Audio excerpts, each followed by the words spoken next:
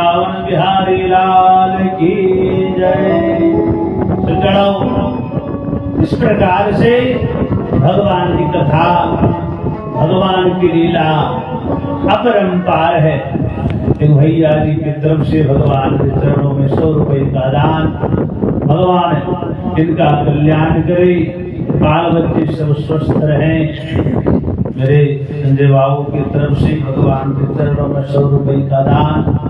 भगवान जिनको प्रसन्न रखें और कुछ माता जी वैकुंठ लोक को प्राप्त करें भगवान की कृपा से। वृंदावन बिहारी लाल की जय। सज्जनों, इस प्रकार से कथा तो तापत्रयोन मूर्ण भगवान। देखिए, पेड़ को यदि आप केवल काटते हैं तो पेड़ तो नष्ट हो जाता है, जड़ नष्ट नहीं होता। फिर बारिश होगी, फिर जड़ से वृक्ष बन जाएगा। उसी तरह कथा सुनने से पाप केवल कटते नहीं है। तो महाराज, जैसे पेड़ के जड़ को उखाड़ कर फेंक दिया जाए तो फिर पेड़ का जड़ से दोबारा कोई पत्ता नहीं पनप पाएगा, कि जड़ से उखाड़ कर आपने फेंक दिया। उसी तरह कथा श्रवण करने से पाप केवल कटते नहीं है, पाप आपके हृदय से जड़ से उखाड़ कर भगवान फेंक देते, फिर दोबारा आपके हृदय में पाप पनप ही नहीं पाएगा। लेकिन इसके लिए कथा तन मन से श्रवण करनी पड़ती है। सज्जनों, भाव से, श्रद्धा से मंत्र जाप मम दृढ़ विश्वासा। स्वामी जी कहते हैं, भगवान में जब तक में केवल विश्वास से काम नहीं चलेगा। वो चाहे मैया हो, भाई हो, भगवान का व्रत करें, उपवास करें, दृढ़ विश्वास रखना होगा। उपवास माने क्या? हम लोग फास्टिंग कर लेते हैं, सह लेते हैं, क्या अन्न का त्यागना ही उपवास है? क्या उपवास का मतलब अन्न त्याग दीजिए, नमक त्याग दीजिए? महाराज नहीं, सही अर्थ यह नहीं। उपवास का अर्थ हुआ, वो चाहे उपवास किसी भी चीज की हो, रविवार की हो, मंगलवार की हो, एकादशी की हो। सज्जनों, वास समीपम उपवास, उनके समीप में वास करना ही उपवास है। और अन्न को इसलिए त्यागने के लिए कहा जाता है क्योंकि उपवास में आपका मन न भटके, नहीं भटके, इसलिए अन्न का त्याग किया जाता है। क्यों? अन्न का ग्रहण नहीं करिएगा तो आपकी इंद्रियां शिथिल रहेगी, शांत रहेगी। जैसे भोजन होगा चंचलता आने लगती है। इसलिए उपवास में भोजन का त्याग करना चाहिए। लेकिन आजकल का नियम कुछ उल्टा है। अन्न नहीं बन रही है महाराज, कोई बात नहीं, ऑर्डर मिल जाता है माता जी की तरफ से, बहनों की तरफ से। तो स्वामी जी आज रबड़ी मलाई अधिक मात्रा में लानी होगी। क्यों? क्योंकि आज एकादशी है, आज रविवार है, आज उपवास है। महाराज, ऐसी बात नहीं। हम लोगों का भी नियम बड़ा विचित्र, ऐसे ढंग से नहीं। आप इधर अन्न नहीं ले लीजिए, उधर अन्न से 4 गुना आप तो उधर ले लीजिए। महाराज को क्या पड़ गया?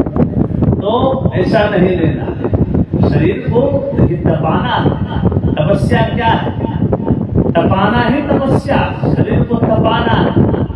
तो तपाना है, आग में तपाना है नहीं, तप की अग्नि में तपाना, शरीर में भी गर्मी है, उसमें तपाना। वृंदावन बिहारी लाल की जय।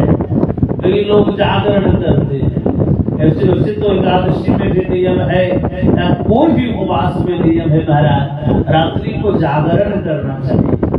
तो जागरण महाराज को जरूरी नहीं है कि बहुत सारे ढंग से बाजेगा जी, है तो ठीक बात, और नहीं है। एक माता जी से प्रश्न हुआ, महाराज कैसे आप करते हैं जागरण?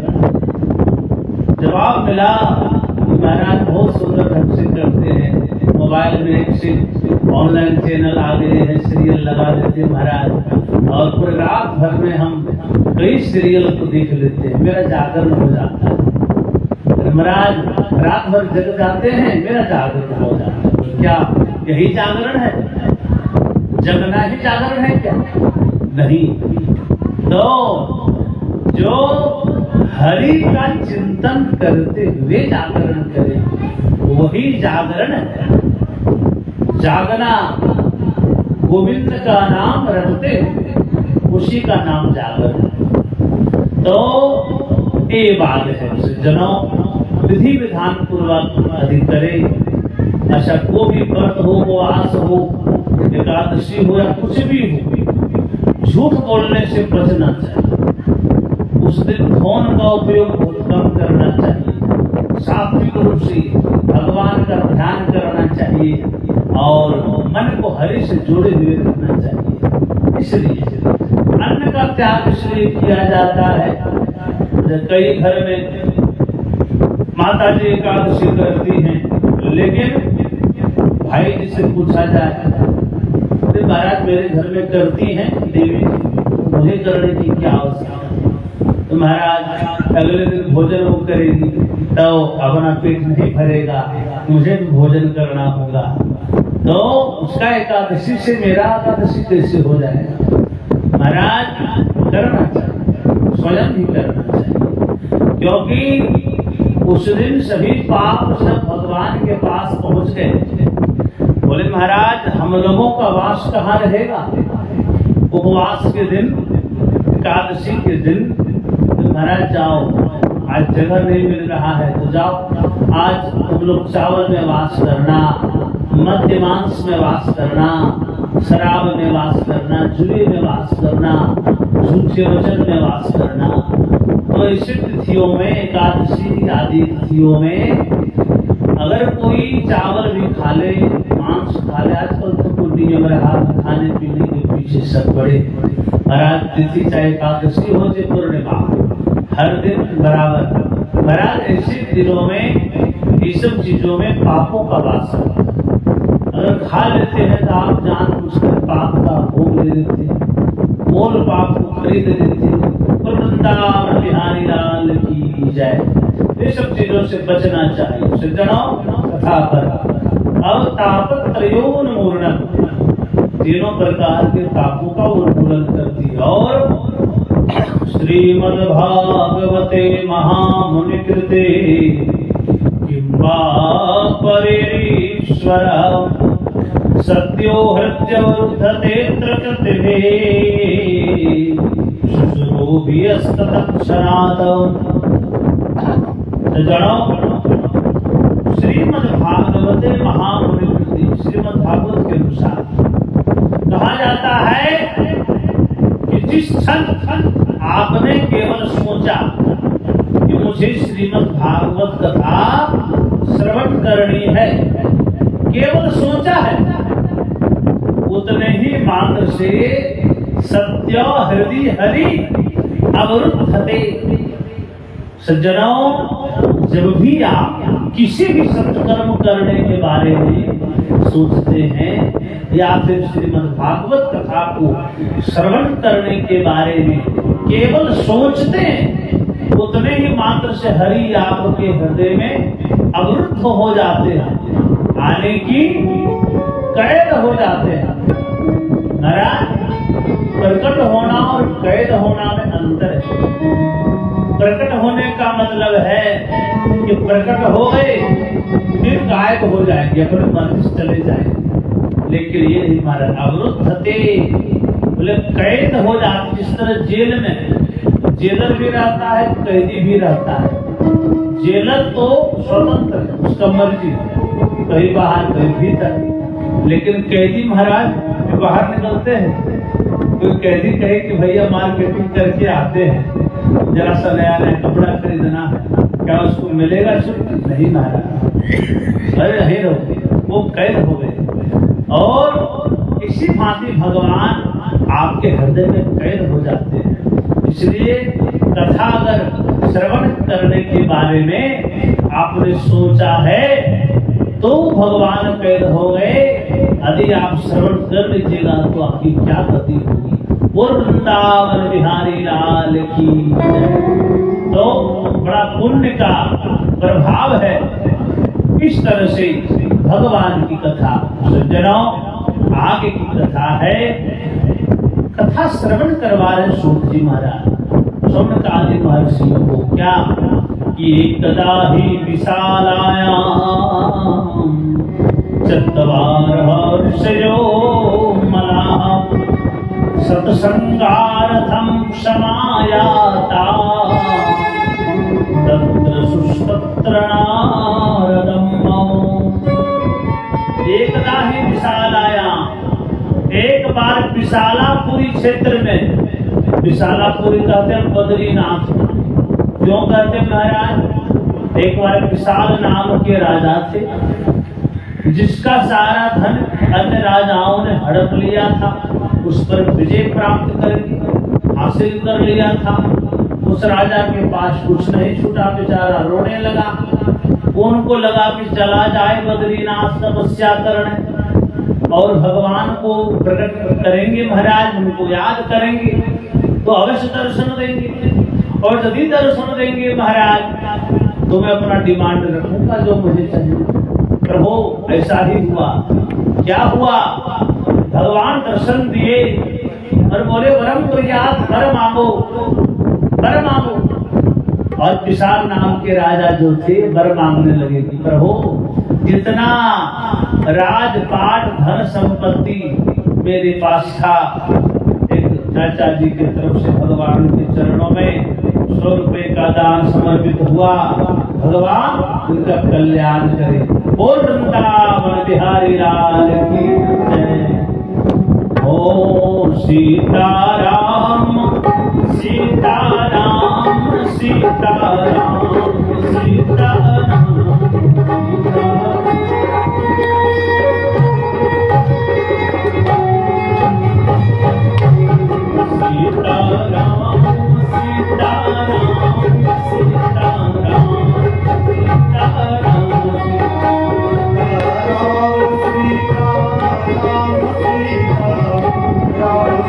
Ram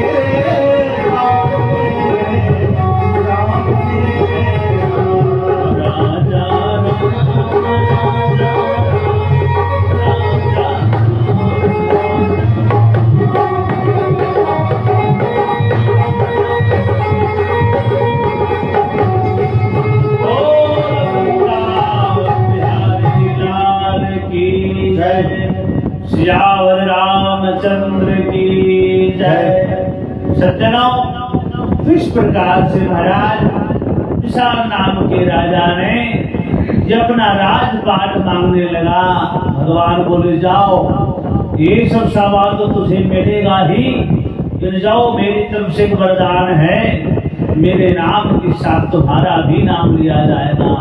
बद्री विशाल महाराज उसी दिन से बद्री विशाल नाम रखा गया। भागवत में एकदा ही विशाल आया, विशालापुरी की चर्चा, विशाल आया। 14 ऋषियों मला, 4 बेटे ब्रह्मा जी के मानस पुत्र सनक, सनातन, सरंदन, सनत कुमार, इसको सनकादिक ऋषि कहते हैं। ये चारों भ्रमण कर रहे थे बद्रीनाथ, इसलिए महाराज क्यों घूम रहे थे? सत्संगार्थम, सत्संग करने की इच्छा से। सत्संग क्या है महाराज? तो सत्य का संग, सत्य का। वृंदावन बिहारी लाल की जय। राजा राम राम राम, सीता राम राम राम, राजा राम राम राम, सीता राम राम राम, राजा राम राम, सीता राम राम राम, राजा राम राम राम, सीता राम राम राम, राजा राम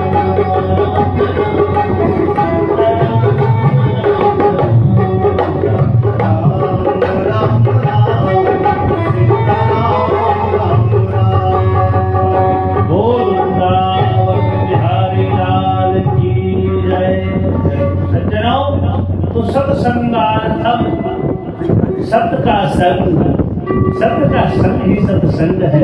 सत्य क्या है? हरि के संग, हरि के कथा के संग ही सत्संग है। हरि के भजन का ही संग सत्संग है। गुरु का संग ही सत्संग है। सतगुरु का संग ही सत्संग है। प्रेम का संग ही सत्संग है। भक्ति का संग ही सत्संग है। भगवान के प्रति भाव का संग ही सत्संग है। भगवान के नाम जप का ही संग सत्संग है। पुराणों का संग ही सत्संग है। सज्जनों, वही तो सत्संग है। सत्संगार्थम। तो बद्रीनाथ क्षेत्र में सनकादिक ऋषिगण सत्संग करने की इच्छा से भ्रमण कर रहे थे। तब सुपुत्र नारदम, अभी नारद जी महाराज को देखे।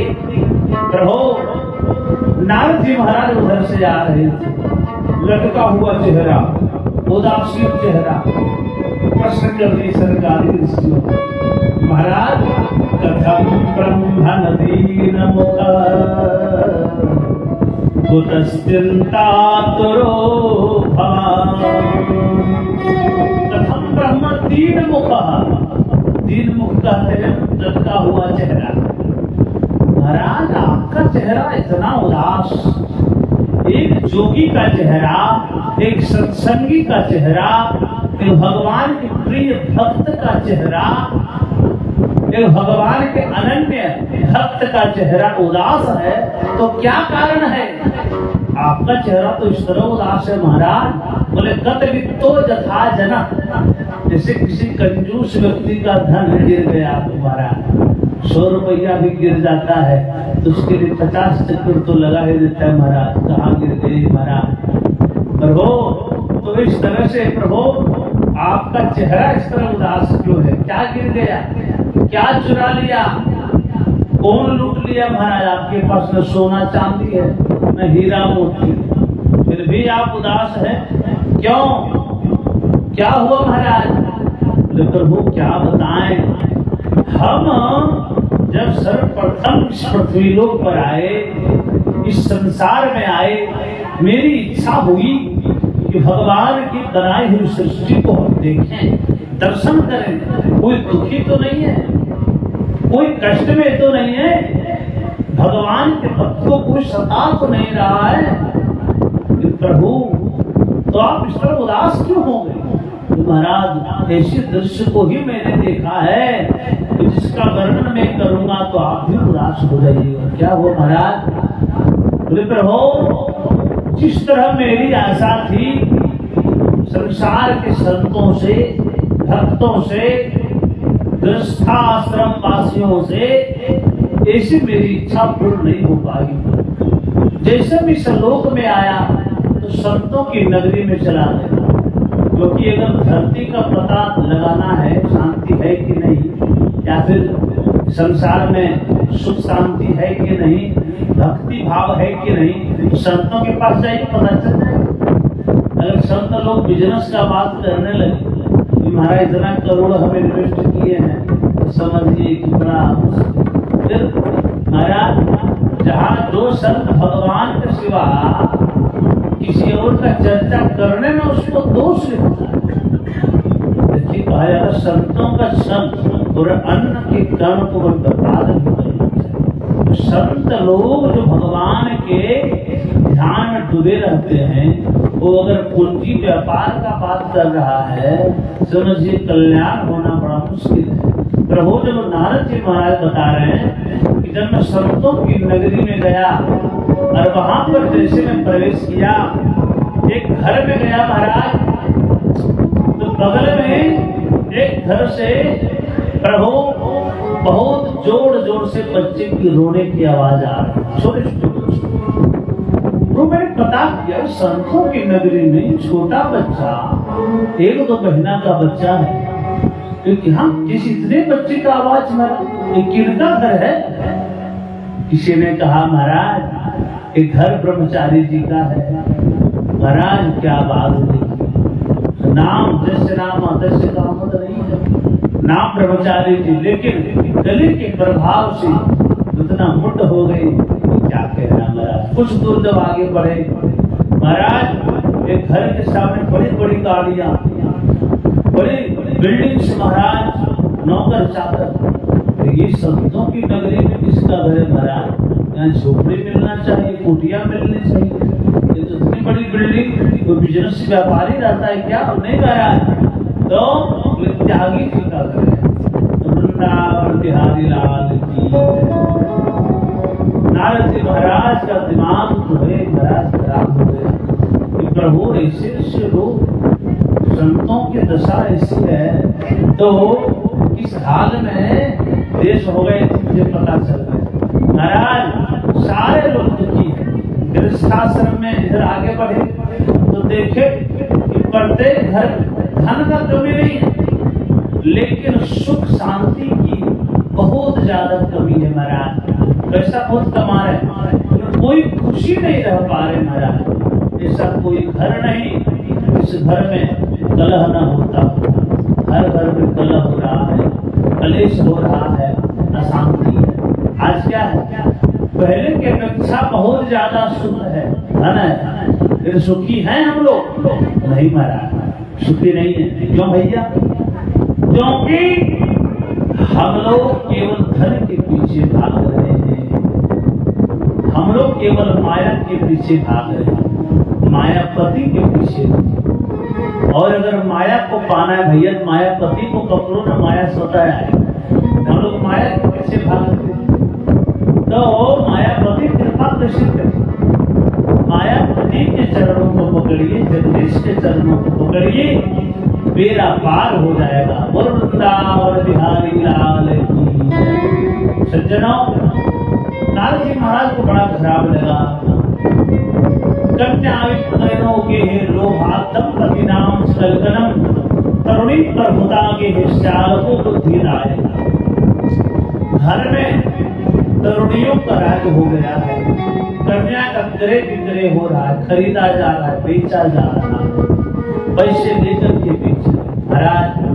और घर में अपने बड़े हैं, बुजुर्ग है, दादाजी है, उसको नहीं पूछेंगे महाराज। जरूरत पड़ेगा तो श्यालकों को दे आएगा, साले साहब को फोन जाएगा महाराज ये काम करना है, क्या करें और क्या न करें, कुछ सुझाव दीजिए महाराज। तो ऐसा घोर घोर तरह का प्रभाव महाराज, कैसे कल्याण होगा जीवन का। नाथ जी महाराज बड़े दुखी हुए, तो उनको लगा कि चलिए काम हम की नगरी वृंदावन, उसको शांति मिलेगी भैया। चले आए वृंदावन। अब चले आए तो वहां पर आश्चर्य दृश्य देखिए, क्या उनको लगा यहाँ शांति मिलेगी, आनंद मिलेगा, यहाँ कान्हा का जन्म हुआ है, कान्हा का घर है। प्रभु आए तो देखे दूर से ही जो एक वृक्ष के नीचे जो है एक ज्योति अपने गोद में 2 बच्चे को लेकर रो रही है, जोर जोर से रो रही है। महाराज जी को लगा यहाँ भी सारी छोड़ी महाराज, यहाँ भी सुख शांति नहीं है। न जाने में किस संजोग में यहाँ पर आया। प्रभु वहां पर गए, नजदीक में ज्योति बुलाती है वहां पर नारद जी को, क्या कि भो साधो क्षरम निष्ठ मच्चिंता विनाशय दर्शनम तव लोकस्य सर्वथा हरम। हे साधो कुछ क्षण के लिए बैठे महाराज, क्षरम तिष्ठो मत चिंता विनाश, मेरी चिंता को दूर करिए प्रभु। क्योंकि संतों का दर्शन भी हो जाए ना, तो संतों के पास ऐसी कोई समस्या नहीं है जिसका समाधान नहीं है। सज्जनों उसके पास सारी समस्या का हल है। सज्जनों 2 भाई थे, पिताजी जब गुजर गए महाराज तो महात्मा जी कथा कर रहे थे। प्रभु बंटवारा हुआ तो बांटने के लिए महाराज गाय है, कम्बल है, 2 चीज था महाराज, सबका बंटवारा हो गया। इसका बंटवारा कैसे करे? तो बड़े भाई ने छोटे भाई को बोला महाराज देखो भैया ये काम करो, सारा चीज तो बट गया, अब ये 2 चीजें हैं, गाय है कम्बल है, ये तो बांटने का चीज नहीं भाई। तो इसमें एक चीज करो कि आगे का भाग तुम्हारा और पीछे का भाग हमारा। बड़े भाई बाटा महाराज। और क्या हुआ, छोटा भाई बेचारा सीधा तो जवाब नहीं दे पाया और उसको पता न चला। बोला था महाराज खूब खिलाए दिन भर, और शाम की बेला में जो है बड़े भाई आवे और दूध निकाल ले। अब बड़ा आश्चर्य की बात, दुखी हो जाता। कम्बल सुबह होते ही छोटे भाई दे दे, लो भाई रखो, और जैसे शाम हो बड़े भाई कम्बल को दे दे। अब उसको लगता है कि 2 चीजों में बंटवारा मेरा हो गया, किसी से हमको पता नहीं चल पा रहा है, हमको वही कैसे बंटवारा हुआ। अब बड़ा बोल न पाए, दिन भर कम्बल छोटा भाई रख के चल जाए काम करने। शाम को बड़े भाई भैया कम्बल तो गौ को दिन भर खिलाए छोटा भाई। शाम के समय अरे भैया और दूध निकालने की बारी मेरी है, दूध निकाल ले। छोटा भाई संत के पास बैठो, बोले गुरु जी ऐसी बात है, बड़ा भाई कर दिया, बड़ा दुख की बात, क्या करें? महात्मा जी बोले काम करो, आगे का भाग तुम्हारा है ना। तो जब वो दूध लगाने के लिए बैठे तो तुम्हें लाठी रखना और तुम मारना नहीं, हाथों में रखना। अब जैसे वो लगाने बैठे दिन भर तो खिलाए पिलाए, और शाम को बड़े भाई लगाने बैठे तो लाठी लेके खड़ी रही मोटी बात, अरे से लाठी तो दिखाए, तुरंत छटपटाने लगे। अरे क्यों ना, अरे भैया आगे का भाग मेरा है, तो अपना हम कुछ करें तो अपना काम करो। वृंदावन बिहारी लाल की। कमल की बात महाराज, कमल को जैसे सुबह से पानी में डुबा दे। महात्मा जी बोले भैया दिन भर डुबाओ पानी, शाम को मांगे तो दे दो ले जाकर। संत ऐसा समाधान दिए महाराज। वृंदावन बिहारी लाल की। डुबा दे दिन भर, भिगा है शाम को भैया कमल अल्लो भाई भिगा है, अब दिन भर मेरा हिस्सा में जहाँ रखी मेरी मर्जी, आपका जो शाम हुआ था। तो इस तरह से संतों के पास समस्या का समाधान है, सारी समस्या का समाधान है। आपके पास ऐसी कोई समस्या नहीं जिसका समाधान संत न कर पाए। तो इस तरह से महाराज भक्ति माँ तो ज्योति जो थी बार बार रो रही है। महाराज आपकी कृपा से ध्रुव जी महाराज को, प्रहलाद जी महाराज को भगवत प्राप्ति हो गई। प्रभु आप मेरे भी कष्ट को दूर करें। नारद जी महाराज बोले पहले अपना परिचय दो देवी, तुम कौन हो? और ज्योति परिचय दे रही है क्या? यहं भक्तिरिति ख्याता इमौ मे तनया ज्ञान वैराग्य नामानो काल जोगे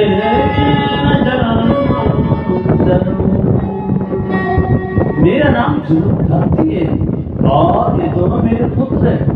सब वृद्ध कैसे हो गए? लोग कैसे लग रहे हैं? अचेत अवस्था में पड़े हुए देवी, क्या बात है? और पीछे जो देवियां खड़ी है कौन है? जो चमर डुला रही है कौन है? और ये रोग से ग्रसित क्यों है? आप रो क्यों रहे हैं देवी? महाराज ये दोनों मेरे पुत्र हैं, एक का नाम ज्ञान है, दूसरे का नाम वैराग्य है, और ये बूढ़ा हो गया महाराज। और मैं इसलिए रो रही हूँ महाराज, क्योंकि बेटा हो जाए बूढ़ा, रोग से ग्रसित, माता रहे ज्योति, तो इससे बड़ा कष्ट मां के लिए और क्या हो सकता है? रो बड़ा दुखी हूँ मैं। मेरे पीछे देवियां जो चवर डुला रही है, ये गंगा जमुना सिंधु सरस्वती आदि सब कोई तीर्थ है, ये चवर डुला रही महाराज। और आपसे ही आशा है, आप ही मेरे कष्ट को दूर करें प्रभु। बहुत बहुत याचना करती है भक्ति महारानी। नारद जी महाराज कहते देवी आप तो भगवान के प्रियतमा हो, जहाँ आप नहीं वहाँ भगवान का आराधना ध्यान कोई नहीं करता है। आप इतना रोइए मत देवी जी, भक्ति माता की होती है प्रभु। मुझे एक बात की दुख है महाराज, कि यदि मुझे यहाँ पर संतोष नहीं मिले ना, यदि यहाँ मेरा लालन पालन बढ़िया ढंग से नहीं हुआ तो विदेश चले जाऊंगी, इस देश में नहीं रहूंगी महाराज। अच्छा इसी बात, जरूर इसका उपाय होगा। नहीं महाराज, मुझे एक बात और लगता है कि राजा परीक्षित ने इस कलयुग को क्यों छोड़ा? उसको उसी समय मार दिए रहते तो आज ये दिन देखना नहीं पड़ता। नारद जी महाराज बोले देवी जी बात तो आपने सही कहा, लेकिन 100% सत्य बात है। तो महाराज कलयुग में लाख बुराइयां हैं, लेकिन कुछ अच्छाइयां भी हैं। अन्य युगों में जत फलम नास्ति तपसा न जोगेन न समाधिना तत फलम लभते सम्यक कलौ के सब कल युग केवल नाम आधारा, कलयुग केवल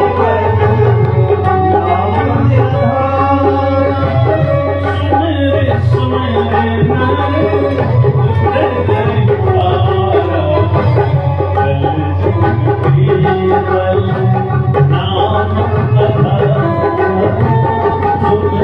सुमिर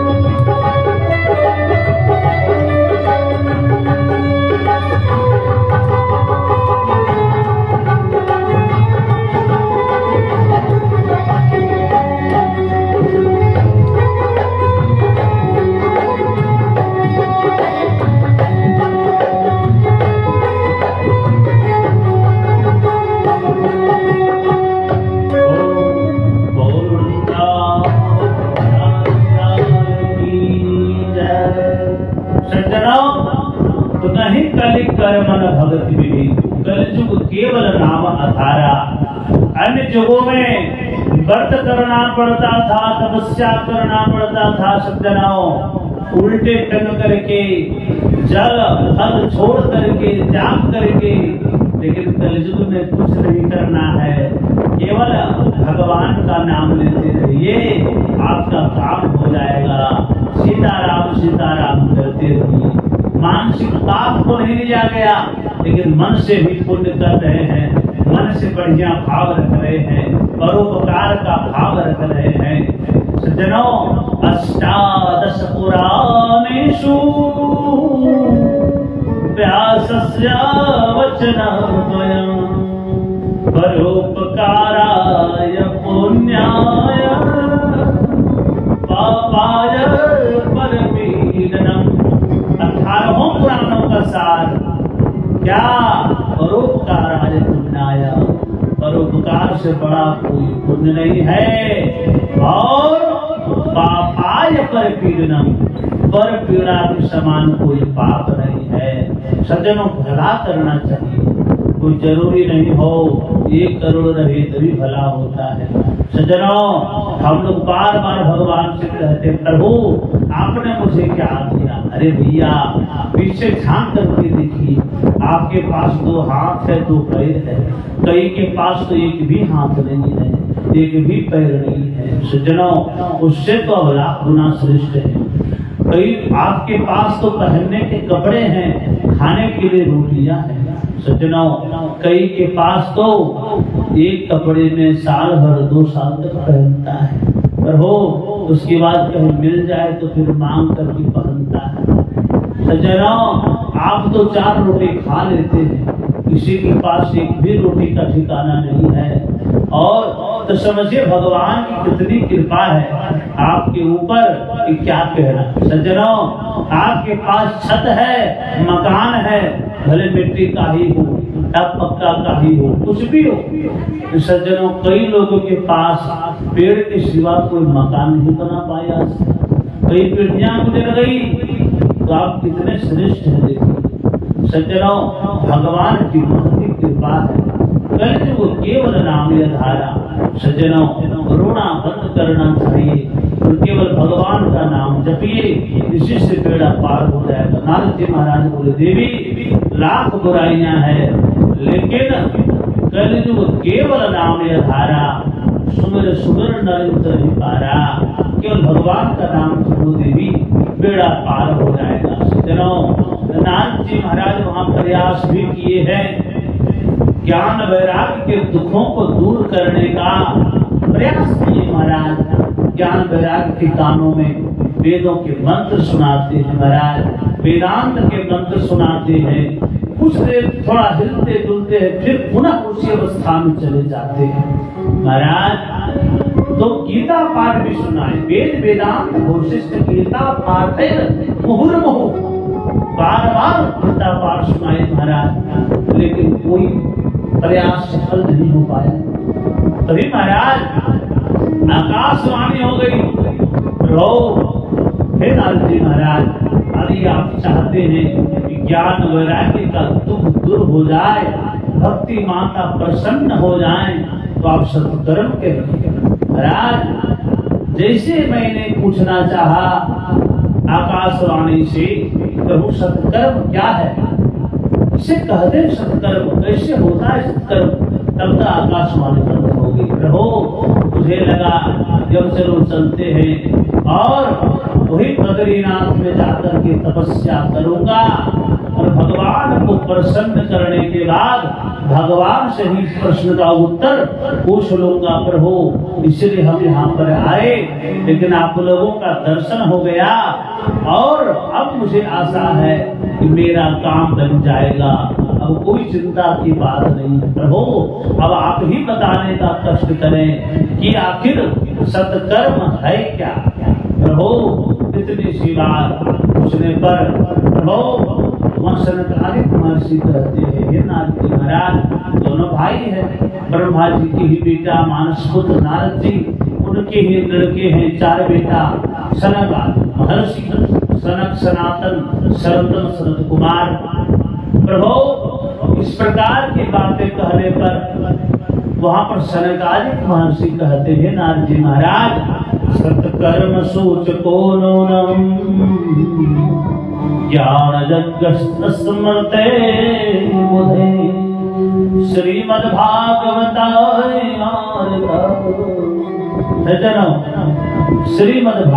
कथा सत्कर्म का माने। अरे महाराज श्रीमद्भागवत, अरे वेद सुना दिया महाराज, वेदांत सुना दिया, तो केवल भागवत से क्या होगा? अब सनकादिक महर्षि कहते हैं, नारद जी वेदोपनिषदा सारा जाता भागवती कथा। वेद उपनिषदों का सार ही श्रीमद् भागवत है। अच्छा कैसे महाराज? जैसे नारद जी महाराज, अब मान लीजिए दूध का सार घी होता है, अब जो काम घी से होगा दूध से तो नहीं होगा, भले कि दूध से ही बना है, लेकिन फिर भी मान लीजिए दीपक जब प्रज्वलित है घी खत्म हो जाता, कोई कहे कि महाराज घी तो नहीं है, अब कोई कहे महाराज कि घी तो दूध से ही निकलता है, भैया दूध ही डाल दो दीपक तो जल ही जाएगी, या जलेगी दीपक नहीं? क्यों? भले घी दूध से निकला, घी का काम दूध नहीं। सज्जनों उसी तरह ये वेद है, पुराण है, आम का पेड़, आम का पौधा जो होता है सज्जनों जब लगाते हैं हम लोग, तो हम लोग खाते क्या है? आम का पौधा खाते हैं, आम का फल। अब कोई कहे भैया आम का फल तो आम के पौधा से ही निकला है, प्रतीक्षा क्यों करें? पहले पत्ते ही खा लो तो आम को मीठा लगता है, पत्ता मीठा लगे, इससे ही निकला वो मीठा फल, पूरा वृक्ष से तो मीठा लगेगा नहीं भैया, मीठा नहीं लगेगा। क्यों? भले उससे निकला है, लेकिन जो आनंद आम के फल, आम के रस को खाने में है, वो आनंद पेड़ के किसी भी भाग को खाइएगा तो आपको आनंद नहीं मिलेगा। सज्जनों उसी तरह वैसे तो समोसा वृक्ष ही रसमय है, रस है। इसी बात से सज्जनों नारद जी महाराज को बात समझ में आ गई। सिर्फ पेड़ है, अब वेद पुराण की कभी टहनी है, किसी के पत्ते हैं, कोई महाराज कोई फूल है, लेकिन फल तो श्रीमद् भागवत ही है। महाराज इस तरह से समझा दी प्रभु, बात समझ में आ गई। अब नारद जी महाराज बोले प्रभु हम प्रसन्न हो गई, बहुत सुंदर समझाया आपने, तो कथा कौन करेंगे प्रभु? आपसे बढ़िया वक्ता कौन होगा? सनकादिक ऋषि बोले प्रभु कथा करने में मुझे कोई दिक्कत की बात नहीं है, हम लोगों का तो जीवन ही कथा है, कथा के बिना हम लोगों का जीवन व्यर्थ है। तो नारद जी महाराज आप कथा का प्रबंध करिए। नारद जी महाराज बोले कथा कहाँ होगी प्रभु? बोले कथा अभी भक्ति माता कहाँ है? वृंदावन, उनको थोड़ा आगे बढ़ने दो। हम लोग है बद्रीनाथ, हम लोग भी कुछ आगे बढ़ेंगे। बिल्कुल बीच में जो जगह है उसका नाम हरिद्वार है, और हरिद्वार में गंगा किनारे एक आनंद नामक तट है, और वहां पर एक विशाल वटवृक्ष है महाराज। उसी वटवृक्ष के नीचे हम लोग कथा करेंगे, और चूंकि द्वार में कथा होगी तो बाहर और भीतर दोनों भी तरफ उजाला होगा। सज्जनों अगर बाहर दीपक जलाइएगा तो बाहर भी उजाला होगा, भीतर जब जलाइएगा दीपक प्रज्वलित करिएगा तो भीतर ही उजाला होगा। द्वार पर जलाइए बाहर भी भीतर भी। सज्जनों इसलिए कथा तो हरिद्वार में ही होगी। वहां पर बालू की मोटी चादर बिछी हुई है, इसलिए वहां पर कोई चिंता की विषय नहीं। प्रेम से वहां पर बैठ के हम लोग कथा श्रवण करेंगे, आनंद आएगा। सज्जनों देखिए आज कल भी विषय वासनाओं का आग लगा हुआ है, हम लोगों के मन में शांति नहीं है। सज्जनों जब एक नगर में आग लगा, एक गांव में आग लगा, तो सारे लोग तो भग गए, लेकिन दो व्यक्ति जल रहा था। कहेगा कौन प्रभु? बोले एक अंधा और दूसरा लंगड़ा। अंधा तो देख ही नहीं पा रहा था, प्रभु आंख नहीं है उसके पास तो कैसे भगेगा? लंगड़ा के पास से आंख तो है लेकिन पैर नहीं। महाराज अब हुआ क्या? लगड़े ने अंधे से बोला, देखो भैया तुम्हारा पैर है हमारा आंख, ये काम करो, तुम अपने कंधे पर मुझे बिठा दो और यदि तुम ऐसा करते हो तो मेरा आंख तुम्हारा पैर और दोनों इस आग से हम लोग फंस जाएंगे। इसका माने क्या हुआ? आज के समय में भी आग लगा हुआ है, विषयों का, वासनाओं का, चारों तरफ धू धू करके सब जल रहे हैं। तो दो व्यक्ति इसमें जल रहा है, सब तो बच गए। कौन? एक अंधा, दूसरा लगड़ा। अंधा कौन? जवानी। लगड़ा कौन? बुढ़ापा। जवानी अंधी होती है, ताकत तो है लेकिन नेत्र नहीं है, ज्ञान रूपी नेत्र नहीं है। बुढ़ापा लगड़ा है, उसके पास नेत्र तो है लेकिन ताकत नहीं है, पैर नहीं है चलने का।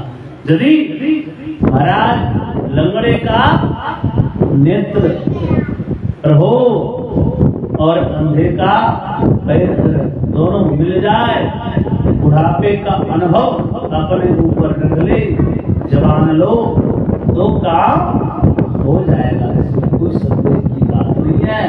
बुढ़ापे का अनुभव लेकर के चलेंगे तो काम हो जाएगा।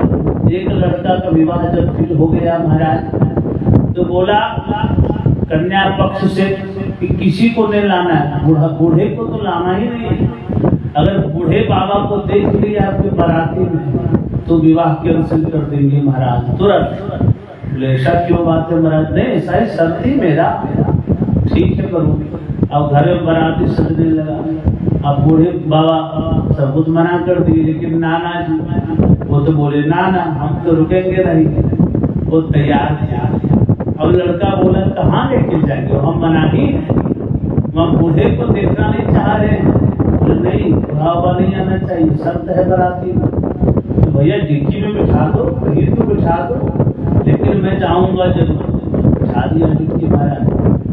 अब चल गए, तो विवाह तो हो जाएगा, टेंशन नहीं है, लेकिन एक शर्त है। क्या? तो सामने जो नदी बह रही है पानी की नदी, जैसे तुम दूध का नदी बहा दो तो विवाह हम करवा देंगे तुरंत। महाराज अब लड़का का दिमाग हो गया, इतना दूध कहाँ से लाएंगे महाराज?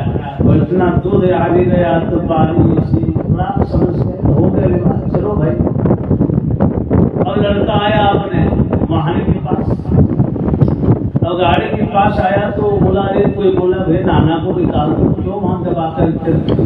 जवाब तो होगा नहीं, पता चला डिग्गी खोल के नाना को निकाल दिया। तो चलो बाबा क्या बात है भाई, विवाह नहीं होगा।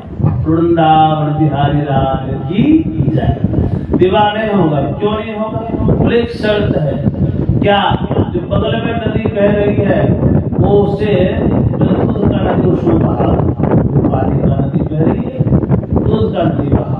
ना दूध कहाँ? 50 ग्राम दूध लेकर के नहीं आए, ले जाओ कहा तो उसको जाती। क्या? तुम पानी खाली करवा दो, हम दूध का नदी बहा दें। जरो गए इधर से जवाब लेकर के ये आप पानी खाली करवा दीजिए, मैं दूध का नदी से बहा दूं। तो देखो तू बुढ़ाया है क्या? बोले महाराज तो किस तरह से बुढ़ापे का अनुभव साथ देता है। वृंदावन बिहारी लाल की जय। वृंदावन बिहारी लाल की जय। ओम अच्युतम केशवम कृष्ण दामोदरम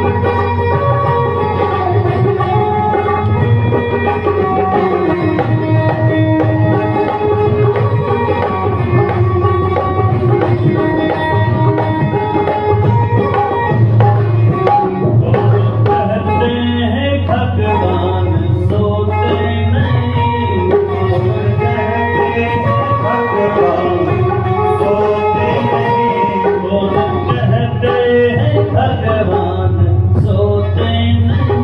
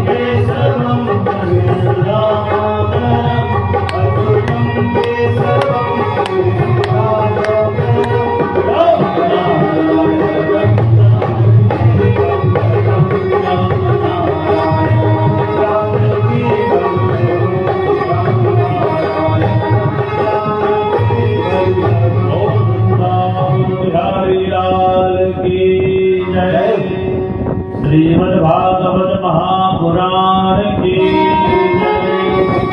सज्जनों, इस प्रकार से भगवान के प्रति भाव हो, भगवान सब कुछ बनने के लिए तैयार रहते हैं।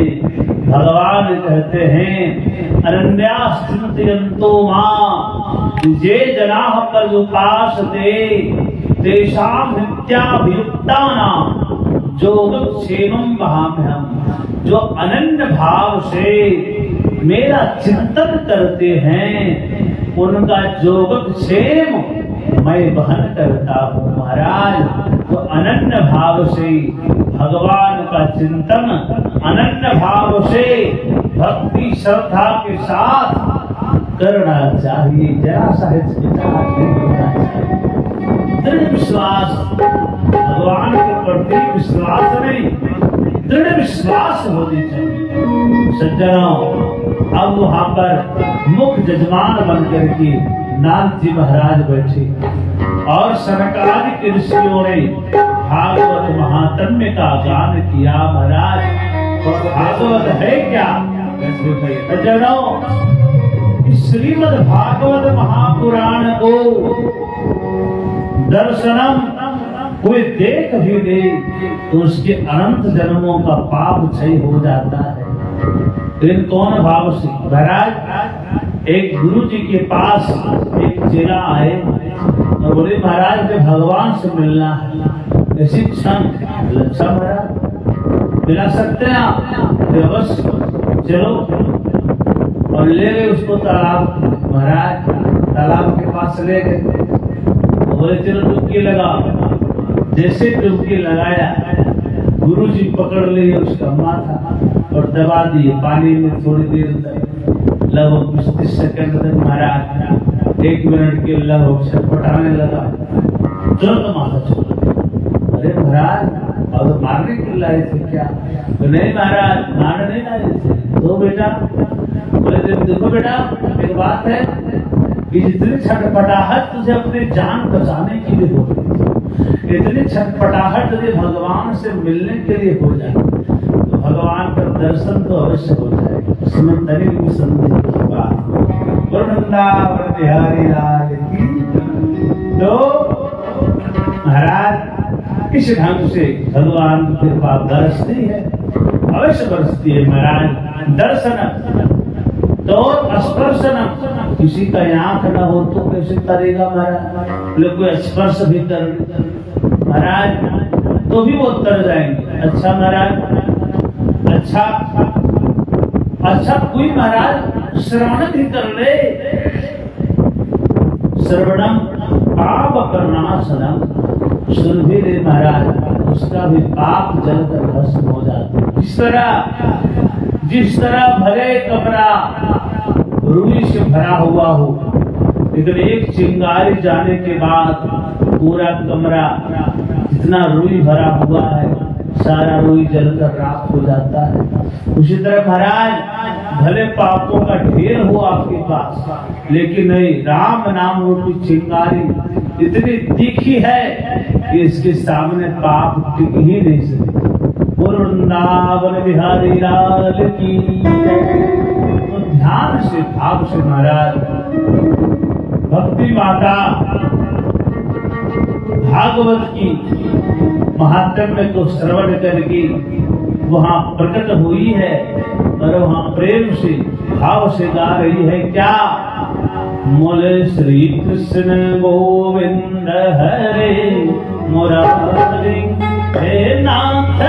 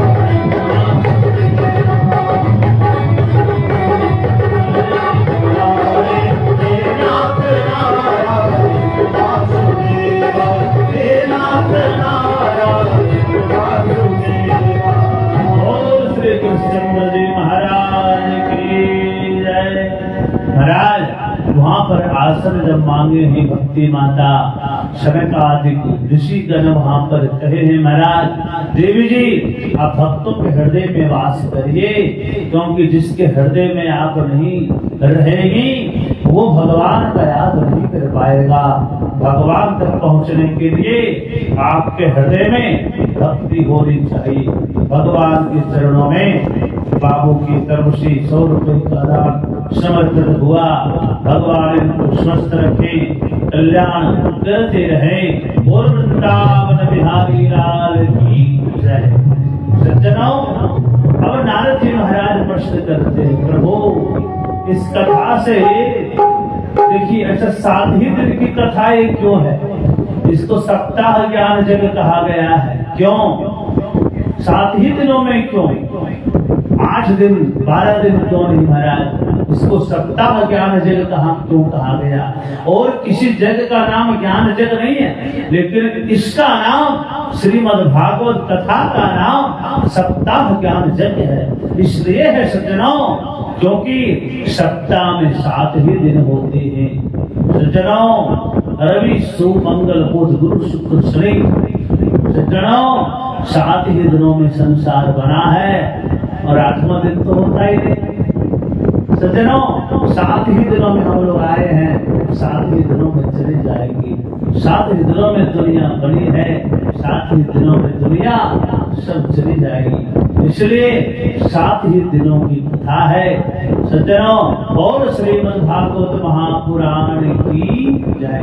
नारद जी महाराज प्रश्न के प्रभु इस कथा से केवल भक्त ही तरते हैं कि कोई पापी भी तरे हैं? वहां पर सनकादिक मानसी कहते प्रभु पापी भी तरते हैं। कौन से कैटेगरी के पापी तरते हैं प्रभु? बोले जे मानवा पाप कीर्तस्तु सर्वदा सदा दुराचार रता विमार्गगा क्रोधाग्निदग्धा कुटिलास्तकामिनः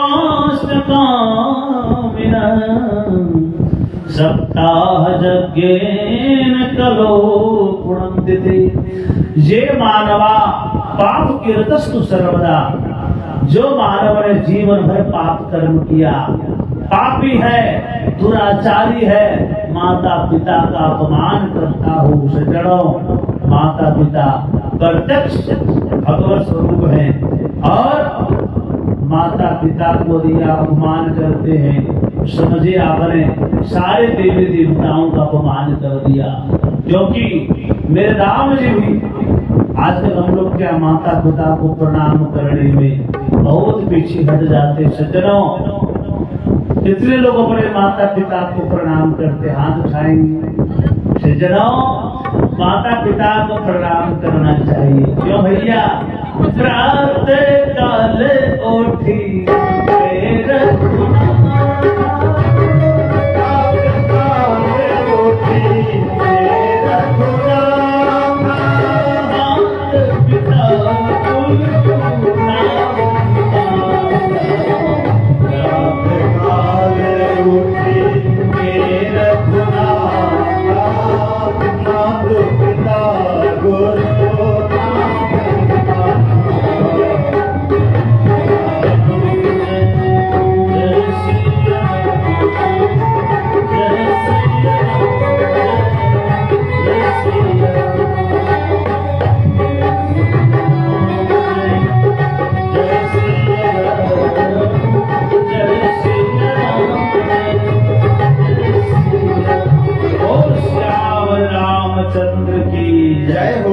दुराचारी है, जो पापी है और जो क्रोध रूपी अग्नि में जलता ही रहा है, क्रोध रूपी अग्नि में सज्जनों, और भयंकर पाप किया जीवन में।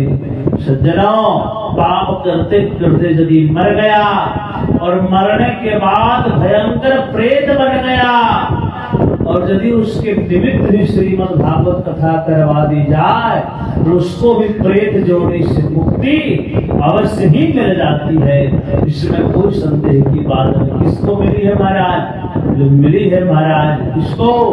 बोले तुंगभद्रा नदी की तट पर एक पंडित आत्मदेव शास्त्री जी महाराज रहते थे और उनकी पत्नी का नाम धुंधली थी ना महाराज, धुंधली बुद्धि वाली थी, झगड़ालू स्वभाव की थी। इधर की बात उधर, उधर की बात इधर। सज्जनों, बिना झगड़ा किए उसको मन ही नहीं लगता था, भोजन ही नहीं बचता था। महाराज हुआ क्या, पंडित जी महाराज बड़े दुखी। प्रभु, उनको मन में नाना प्रकार का दुख लगता था, बड़ा कष्ट लगता था। देखिए पत्नी, अगर आप कहीं बाहर से आ रहे हैं, अगर देवी जी मीठी वचन बोल दिए तो आपको आनंद इतना आता है कि मन प्रसन्न हो जाता है। यदि कर्कश वचन बोल देती है, मन बड़ा दुखी हो जाता है। सज्जनों, इसी धर्म से पंडित जी महाराज बेचारे बाहर बहुत बढ़िया पूजा पाठ करते थे, घर आते ही उसका वचन जो सुनते थे, बड़ा कर्कशा वचन, बड़ा घबरा जाते थे। महाराज दुख हुआ सज्जनों, और अपने पुत्र के बिना संतान के पीर जीवन भी उनको पसंद नहीं था। महाराज तो घर छोड़ के चल दिए एक दिन जंगल की ओर। प्रभु, और जीवन की लीला समाप्त करने की इच्छा से वो जंगल की ओर गए। एक वृक्ष के नीचे जाकर बैठ गए। महाराज उसी समय उधर से ब्रह्मचारी जी आ रहे थे। ब्रह्मचारी जी की दृष्टि पड़ गई। महाराज कोई रो रहा है, कोई दुखी है, लगता है भगवान से मिलने की इच्छा होगी, चलो सत्संग करवाएंगे, कुछ प्रभु कृपा कर देंगे, उनका मनोकामना पूर्ण हो जाएगा। प्रभु वहां पर आए और प्रश्न किए, महाराज कथम ब्रह्मणरोदसी विप्रतम काप्ते चिंता बलयसी वदतम सत्वरमह्यं स्वस्य दुःखस्य कारणम्। कथम रोदसी विप्रतम काते चिंता बलयसी, किसलिए आप रो रहे महाराज, क्या कष्ट है आपको? सारा कहानी सुनाने लगे। महाराज प्रभु, जो गैया मैं घर में लाता हूँ कोई बछड़ा नहीं देती है, बंध्या रह जाती है।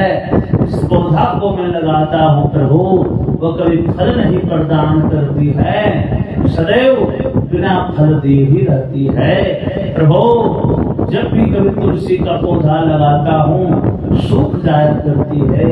महाराज, और मदीयाः पूर्वजातोयं कवोष्णम भुञ्जते, तो ये अपने पितरों को जल देता हूँ, पितर लोग गर्म श्वासों के साथ पीते हैं, बड़ा खराब लगता है। प्रभु, क्या कमी है मेरे जीवन में, क्या मुझसे पाप हो गया? और प्रभु, सबसे बड़ी दुख की बात यह है कि मेरे घर में एक भी संतान नहीं है। सज्जनों, एक भी संतान नहीं है और मुझे संतान चाहिए प्रभु। उसके बिना जीवन की जो लीला है कैसे आनंद के साथ काटेंगे प्रभु? ब्रह्मचारी जी बोले, क्या बोल रहे हैं आप? अरे महाराज, पुत्र से किसको सुख मिला है? अरे पूत कपूत तो क्यों धन संचय, पूत सपूत तो क्यों धन संचय। वही बेटा अगर कुपुत्र होकर गया तो अंतिम समय में बढ़िया से हाथ पकड़ के बाहर का रास्ता बना देंगे महाराज, बाहर में कोठरी बना देंगे, वहीं पर आपको रख देंगे महाराज, और इसी का आनंद तो बेटे लोग लेने लगेंगे महाराज। राजा सगर के 60,000 पुत्र थे महाराज। इस पुत्र से सुख मिली, कोई किसी को न सुख देता है न कोई किसी को सुख देता है। महाराज, आप फालतू में रो रहे प्रभु, पुत्र के लिए पागल मत बनिए। सन्यासे सर्वथा सुखम, ये देखिए मैं सन्यासी हूँ। सन्यास सर्वम एवं न्यासः, जिन्होंने सब कुछ त्याग दिया वही सन्यासी है महाराज। मुझे कोई चिंता नहीं, यही मैं ठहर जाऊंगा, मुझे खाने पीने का कोई दिक्कत नहीं है। प्रभु कुछ न कुछ व्यवस्था कर देंगे। न पत्नी की मुझे इच्छा है, न पुत्र का मोह है, किसी का मोह नहीं है। प्रभु सन्यास ग्रहण करिए। प्रभु अंततः बात नहीं मानते हैं। वहां पर आत्मदेव जी महाराज और पुत्र की इच्छा रखते हैं। तभी वहां पर ब्रह्मचारी जी कहते, प्रभु सुनिए, सदु विप्रमया तेद्य प्रारब्धं तु विलोकितं सप्तजन्मावधि तव पुत्रो नैव जनैव। हे ब्राह्मण देवता सुनिए, मैं बता देता हूँ, मैंने आपको प्रारब्ध को पढ़ लिया है। आपको एक जन्म तो क्या 7 जन्मों तक भी पुत्र की प्राप्ति नहीं हो सकती, संतान की प्राप्ति नहीं हो सकती। महाराज धड़ाम से वहां पर माथा पटके हैं ब्रह्मचारी जी के चरणों में। वही ब्रह्मण देवता ब्रह्मचारी जी बोले, अरे महाराज ये क्या कर रहे हैं, ये तो उचित बात नहीं है। उदय महाराज, अपने प्राणों को मैं त्यागूंगा, अगली बार माथा पटकूंगा तो मेरी जीवन लीला समाप्त हो जाएगी और आप धर्म हत्या का पाप लेने के लिए तैयार रहिएगा। महाराज वृंदावन बिहारी लाल की जय हो, आनंद कंद भगवान की जय हो। ओम आनंद छवि घन श्यामा बोलो जय सिया राम।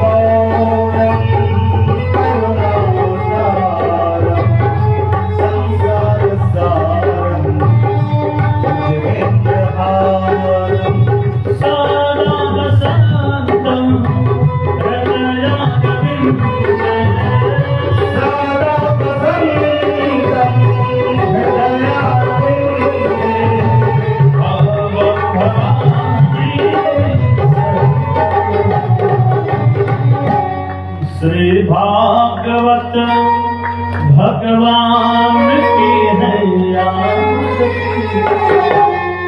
पापियों को पाप से है